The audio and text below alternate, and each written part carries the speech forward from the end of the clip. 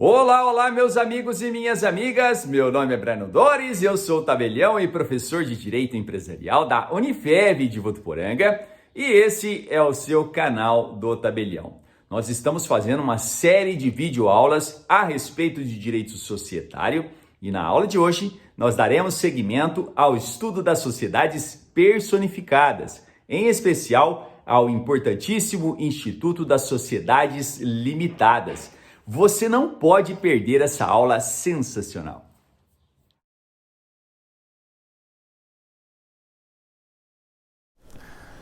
Nas aulas anteriores, nós tratamos das sociedades não personificadas e personificadas, conforme as sociedades tenham registro na junta comercial ou não tenham registro na junta comercial. Portanto, nós tivemos uma aula de sociedade em comum e sociedade em conta de participação, que são sociedades não personificadas. E na aula imediatamente anterior a essa, nós tratamos das sociedades em comum e as sociedades em comandita simples, que são sociedades personificadas, aquelas que podem contratar e ser contratadas, demandar e serem demandadas. E hoje nós trataremos das sociedades limitadas. Eu chamo a atenção dos senhores para o índice que consta lá no Código Civil acerca das sociedades limitadas. Nós falaremos aqui da origem histórica, mas logo em seguida entraremos na dogmática e falaremos das disposições gerais, das cotas, da administração, do conselho fiscal, da deliberação dos sócios, aumento e diminuição do capital social, da resolução parcial da sociedade limitada em relação aos sócios minoritários e também da dissolução da sociedade limitada. São, portanto, 8 pilares fundamentais que nós trataremos a partir de agora. Antes de falarmos da dogmática propriamente dita, nós devemos situar os senhores no tempo e no espaço, com a origem histórica deste instituto jurídico.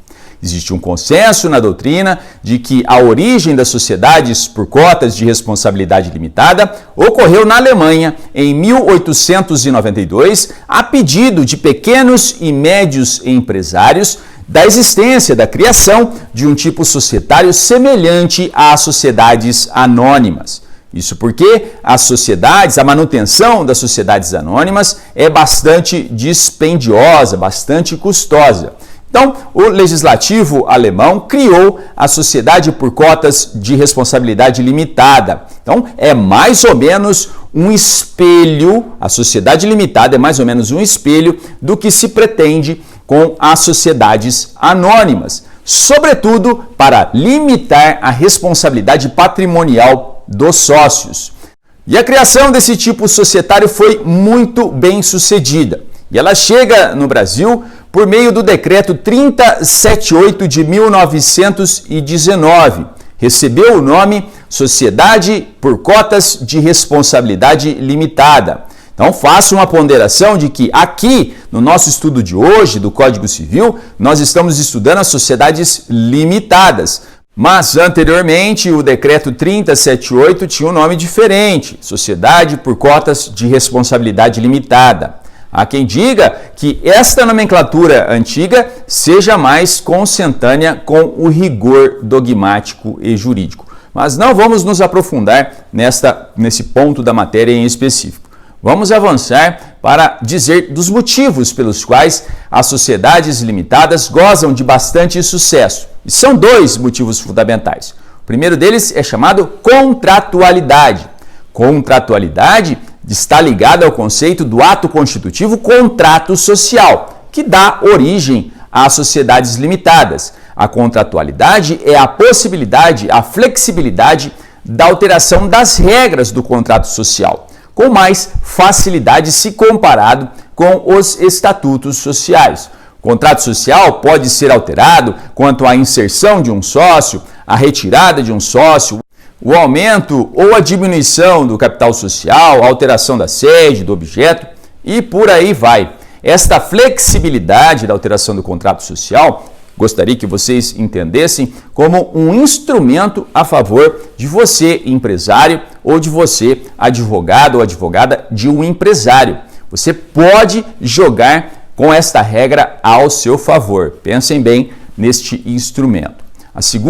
O segundo motivo que leva as sociedades limitadas a ter grande sucesso em nosso ordenamento jurídico é a limitação da responsabilidade, que nós já explicamos reiteradamente aqui nos vários vídeos que nós fizemos no canal do Tabelião. Mas vale repetir, os sócios da sociedade limitada têm um montante dispendido para a formação desta sociedade e somente este montante que ele se compromete, que ele subscreve, é que será possível de se perder.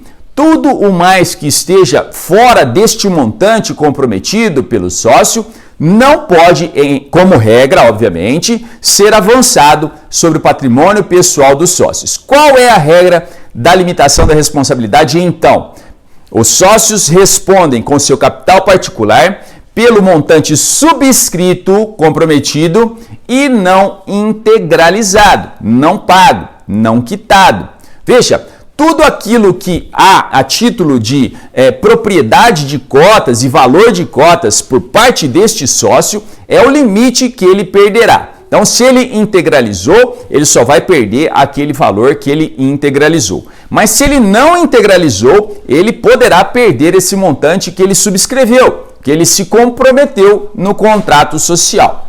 Vale destacar que esta responsabilidade dos sócios é solidária. O que equivale dizer, se o credor procura patrimônio na sociedade empresária, na sociedade limitada, e não encontra, não sacia todo o seu ímpeto de crédito, ele pode avançar sobre o patrimônio pessoal dos sócios até o limite do capital subscrito e não integralizado, em face de alguns ou todos os sócios. Que isso fique muito claro. Mas vamos avançando para o estudo do primeiro ponto, primeiro tópico que está lá no Código Civil. Primeiro pilar dos 8 pilares que nós estudaremos aqui no nosso curso de Direito Societário, em especial da Sociedade Limitada. Das disposições gerais. Nós vamos começar lá com o artigo 1052. Vai dizer que as sociedades limitadas são limitadas pelo capital subscrito e não integralizado, em linhas gerais, estou dizendo aqui, mas que ela pode, nos casos omissos, ser suprida esta omissão legislativa com as normas da sociedade simples. Então, como regra, se o contrato social nada disser, as normas da sociedade simples é que serão utilizadas para suprir a omissão legislativa. Contudo, e essa parte da matéria é muito importante que vocês tenham em mente, que nos casos em que os sócios queiram a supressão legislativa, de omissão legislativa, seja feita pelas sociedades anônimas, a lei de sociedades anônimas, deve estar expresso no contrato social uma cláusula dizendo isso.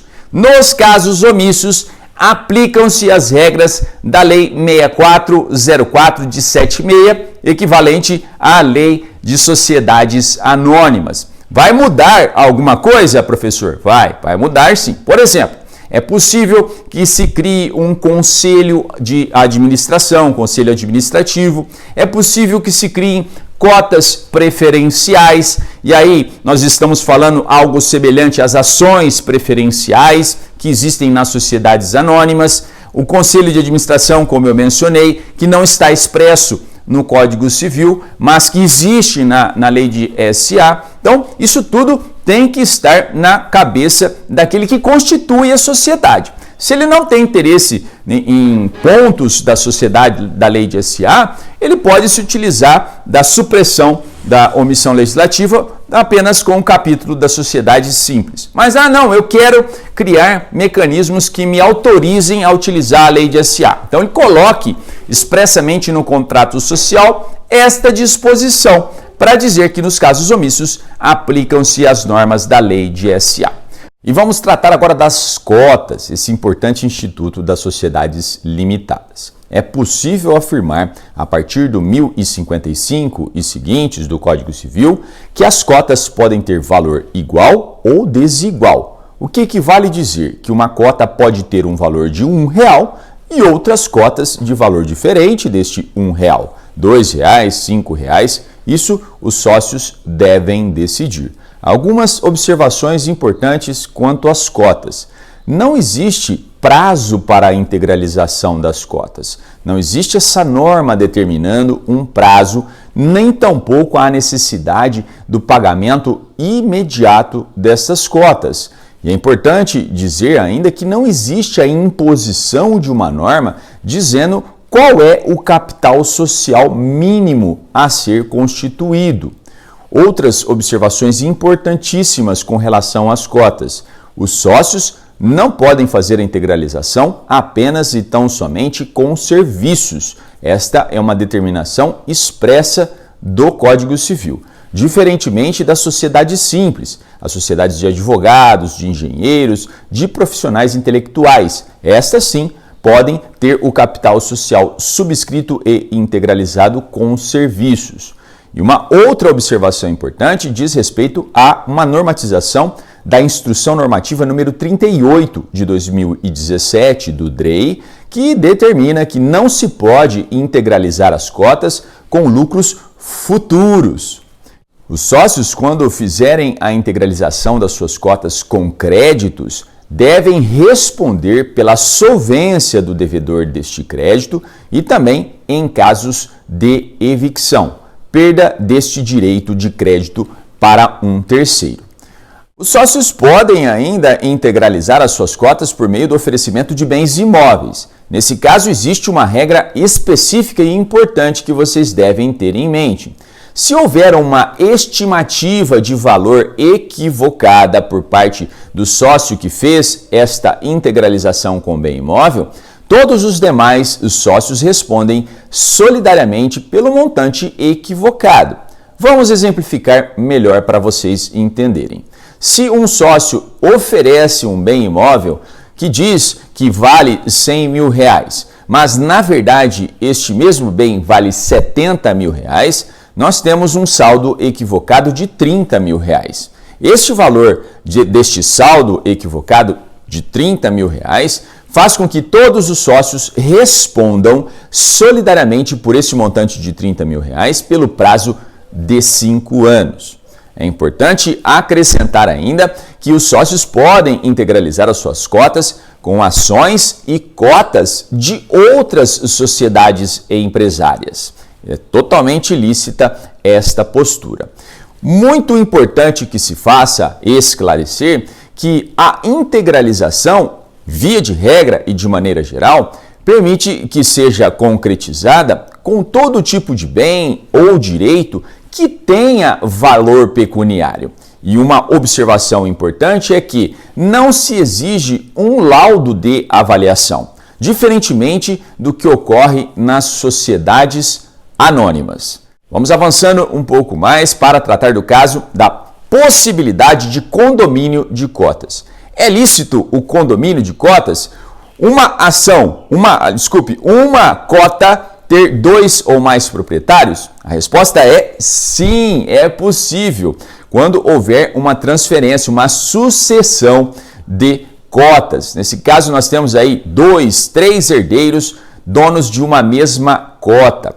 Então, é possível que haja isso, porém, sob o ponto de vista da sociedade limitada, a votação, a utilização dos direitos societários deve ser exercida apenas e tão somente por um condômino representante de todos os demais. Então, a sociedade empresária vai sempre enxergar a existência de uma única cota, enquanto que todos os outros condôminos são ali proprietários de uma parcela de uma cota. Não seria razoável haver meio voto em face da propriedade de meia cota. E é possível afirmar que a cessão de cotas tem uma regra específica que deve ser observada. A primeira observação neste ponto da cessão das cotas é que entre os sócios é permitida a cessão de forma livre, sem autorização dos demais. Contudo, se a cessão das cotas for feita para um terceiro estranho, a oposição de 1/4 do capital social, equivalente, portanto, a 25% do capital social, faz obstar que esta cessão seja realizada. Nesse ponto, é importante observar que as sociedades limitadas têm como regra o perfil de ser uma sociedade de pessoas, em que o perfil do sócio é importante. Não se pode crer que um terceiro entrando na sociedade limitada vai surtir os mesmos efeitos da personalidade do sócio anterior. Então nós temos que, como regra, a sociedade limitada é intuito personae.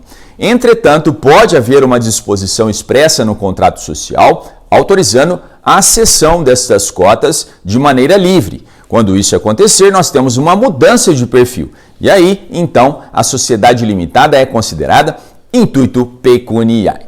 Vamos avançando agora para tratar da figura do sócio remisso. Esse sócio que está em mora, inadimplente, portanto, pode causar transtornos para os demais sócios adimplentes, sobretudo com relação à responsabilidade patrimonial que nós falamos no início desta aula. Quais são as atitudes que os sócios adimplentes podem ter em relação ao sócio remisso? Primeira delas, vender as suas cotas para terceiros ou vender essas cotas para a própria sociedade. Ou então reduzir a participação societária do sócio remisso ao montante que ele integralizou, ou ainda expulsar o sócio remisso. Em todos os casos, deve-se fazer um balanço especial, um balanço patrimonial para se apurar o valor de mercado das cotas do sócio remisso, de maneira que se chegue a um valor justo que deve ser devolvido ao sócio remisso, descontados eventuais juros de mora e também multas contratuais. Apenas o saldo será devolvido ao sócio remisso. Vamos falar agora da possibilidade da existência de cotas preferenciais. As cotas preferenciais serão admitidas nas sociedades limitadas quando houver a regência supletiva das normas da lei de SA. O que equivale a dizer que, neste caso, é preciso que o contrato social da sociedade limitada preveja expressamente a regência supletiva das normas da lei de SA. Isso para que nós tenhamos a possibilidade de nos socorrermos das regras da sociedade, nesse ponto da lei de SA, com relação às ações preferenciais. Então, as cotas preferenciais terão prioridade no recebimento dos lucros obtidos pela sociedade limitada. Ou ainda, em caso de liquidação da sociedade, haverá a possibilidade do reembolso do capital social com prioridade em relação aos demais sócios que possuem cotas ordinárias. Poderá ainda esse sócio com cotas preferenciais fazer a eleição de um administrador em separado ou nomear um representante para a realização de determinadas deliberações importantes. Esta autorização da existência de cotas preferenciais se deu a partir da Instrução Normativa número 38 de 2017, esta Instrução Normativa do DREI, Departamento de Registro de Empresa e Integração, que, vale lembrar, é um órgão federal que vai fiscalizar e normatizar a atuação das juntas comerciais Brasil afora. Nós ficamos por aqui. Nesta aula de hoje, nós falamos da origem histórica, nós falamos das disposições gerais e também das cotas. Falamos várias coisas importantes que eu gostaria que vocês tivessem em mente. Nas próximas aulas, nós trataremos da administração da sociedade limitada, deliberação dos sócios, aumento e diminuição do capital social, da resolução parcial da sociedade em relação aos sócios minoritários, e também da dissolução da sociedade limitada. Convido os senhores a compartilharem os nossos vídeos daqui do canal do Tabelião e de nos seguirem pelas redes sociais, tanto no Instagram quanto no Facebook. Procure por Breno Dores. Será um prazer tê-los por aqui. Até mais! Tchau!